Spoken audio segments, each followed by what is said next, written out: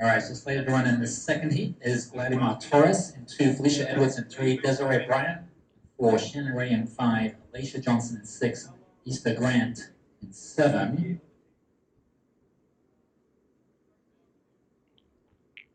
Like lane 4 and 5 empty, so Bryant and Ray are scratches.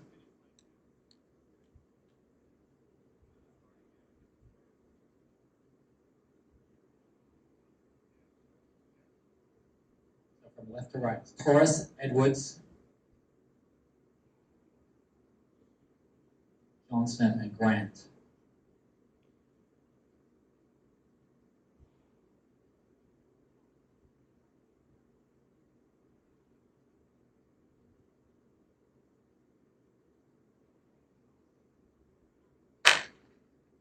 Nice clean start. First time basking, a really strong start by Alaysha Johnson wearing a little pink. The hurdler. She's been challenged to her outside, but Johnson gets the win. Lane 6. And her running time 11.38 into a 0.8 meters per second headwind. Felicia Edwards was second, 11.56. Vladimir Torres from Puerto Rico was third at 11.79, and Easter Grant 12.28 in fourth place. So we've got one more heat at this women's Open 100.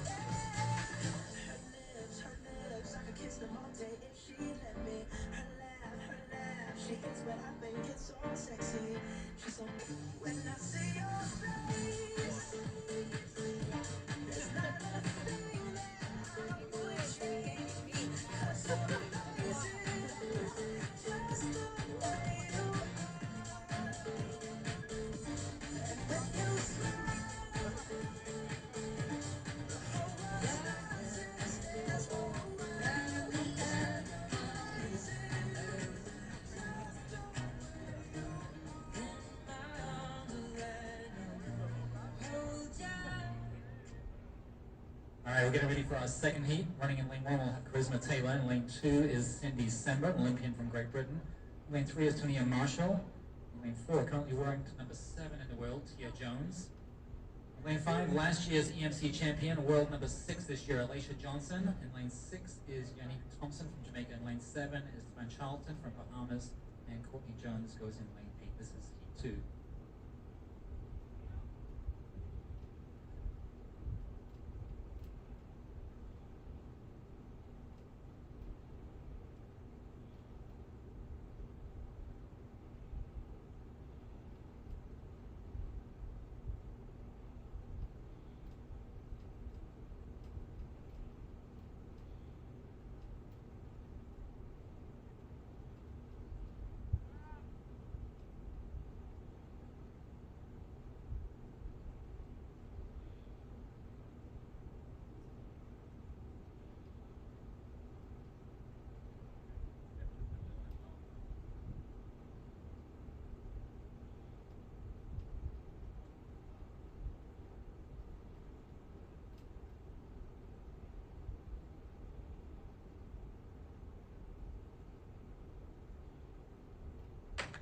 All right, keep your eyes on lanes 4 and 5. That's Tia Jones, currently number 7 in the world, and Alaysha Johnson, currently number 6, and the defending champion. And it's those two out in front in lanes 4 and 5. It's Jones and Johnson neck and neck. I think Jones just got the nod out of lane 4. So Tia Jones wins at 12.51. Alaysha Johnson 12.54. Dylan Charlton 12.62 for the Bahamas. Yannick Thompson from Jamaica 12.65. Cindy Sember 12.87. Tania Marshall 12.98. So 6 runners under 14 seconds. You had 2 of the top 10 runners in the world this year. Tia Jones, the world number 7, who was 5th at the U.S. Championships last month. And then the defending champion here, Alaysha Johnson, the world number 6, who got off to a good start again this afternoon. And there you see Alaysha right in the middle of the track. You can't miss her there in lane number 5, getting off to a good start. Her and Tia Jones, the 2 fastest runners there in our second section. With our Serenity Douglas, certainly, Kate, understanding the mission and the goal of not only the Puma American Track League, but here the Ed Murphy Classic. Absolutely. And I got to say, you know, I never like to fixate too much on the looks of these athletes, but that is a good-looking kit that he raced in for that final. Absolutely. And I like that he pulled out the new kit for the final. There is something about that, I got to tell you. When you can, you know, separate the heats from a final, we saw him race in an older kit in the 100-meter heats earlier, and then pull out that new orange Puma kit for the final. There is something about that. But, you know, I think a couple things that really come... That included Jasmine Camacho Quinn taking this first section. This is the only race tonight for Jasmine, who's going to shut things down after this. And understandably so. She got the experience in. She got a great time. She got a win. Sometimes that is enough. Wanting to save her legs, save her body, and that energy for what is yet to come. You know, Bill, it's so interesting. I grew up singing in an internationally touring choir, and I know people are thinking, what does that have to do with this running? This is news to me. What in the world?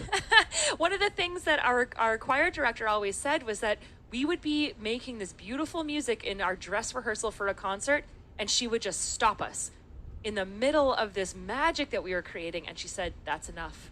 And what that meant was that you never want to pull the best out of yourself in a dress rehearsal. Sure. You want to save it for the concert. I think that's so applicable right now to what we're seeing on the track. You don't want to hit your peak in the dress rehearsal. You want to hit it at the concert. You want to hit it at the World Championships, at the Olympics. And I think it's really smart to see some of these athletes saying, I'm touching on greatness. I'm going to shut it down so that greatness can come out when it counts. 12:43 was the time for Jasmine Camacho Quinn in the prelim. That is all she will race tonight in this event, which leaves these 8 for our final. Unique Thompson, the Jamaican, running in lane 1. Alaysha Johnson, the defending champion in this event, ranked 6th in the world with a time of 12:37 this season. She'll be in 2. Tia Jones runs in lane number 3, ranked 7th in the world this year with a personal best of 12:38, a season's best of 12:39. She was 5th at the U.S. Championships last month. Masai Russell will run in lane number 4. She'll get the luxury of that middle lane. Collegiate record holder that she ran back on May the 13th, 12:36, ranked 5th in the world. Daniel Williams is in 5, Devin Charleston in 6, NCAA champ Akira Nugent in 7, Cindy Simber from Great Britain in 8.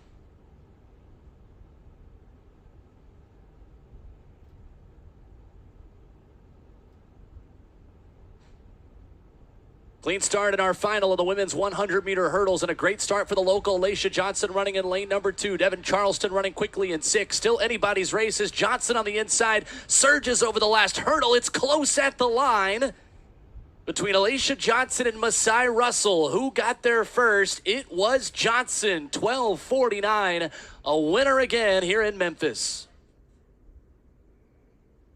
And what a close for her. I thought Russell had it. She had a fantastic start, faded through the middle, and then had this sort of accordion effect where she came through for the finish in wonderful manner. You're going to get a view of that here. Again, she's out to a great start, fades a little bit through the middle, and that's where you see Alaysha Johnson pulling away, and then it's over this penultimate hurdle that we see that big move by Russell. Not quite enough to make up the gap on Johnson. She finishes 0.03 of a second behind Ms. Alaysha Johnson.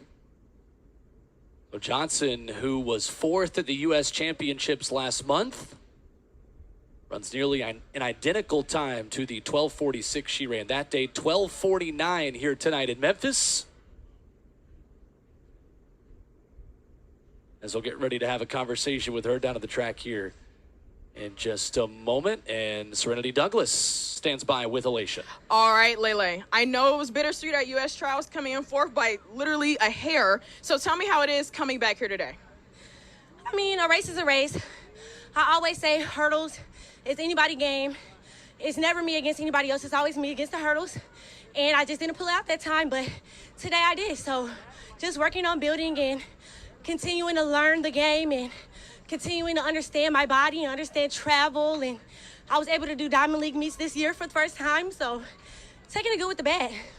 All right, now the 100 hurdle field for women's has been stacked this year. You guys are hungry, and it's apparent. You guys always show up, show out, always are going to meet each other. Now tell me why that is.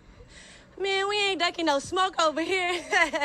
No, I mean, we're just super competitive ladies. I think when it comes to the learning curve of the hurdles, there's so much space for improvement. So the coaches are amazing, the athletes are amazing, and we've just all been working together to figure out how to take those milliseconds off each time. And we're just super competitive. We're super dope girls. So Now tell me about that Fenty sponsorship. Rihanna Fenty partnership. yes, one of the first track and field athletes to have a sponsorship partnership outside of track and field. And it feels really good because it's been a long journey to be able to partnership with somebody whose values and morals, ethics, everything aligns with mine. It's just perfect, and I'm super excited about it. So. And you ran in the 100 heat a little bit earlier. You always do that. Does that kind of help you to get prepared for the hurdles? Well, if you watch and then you get a good sneak peek, because next year I will actually be doubling and competing in the open 100 and the 100 hurdles. I want to give myself more opportunities. I want to bring the fun and excitement back into track and field, and I want to do something that's a little bit out of my realm, but something that I really had fun with doing when I was younger. So we're just trying it out. I had a very, very good technical race today. I wanted to compete in the finals, but my coach wanted me to save my legs for the hurdle, so you'll be seeing it more often. Well, good luck in the double, and congratulations, Layla. Thank you so much. All right, thank you, Serenity. Good stuff there from Alaysha Johnson. A little bit of news as well that she will be continuing next season in the Open 100 in addition to the high hurdles.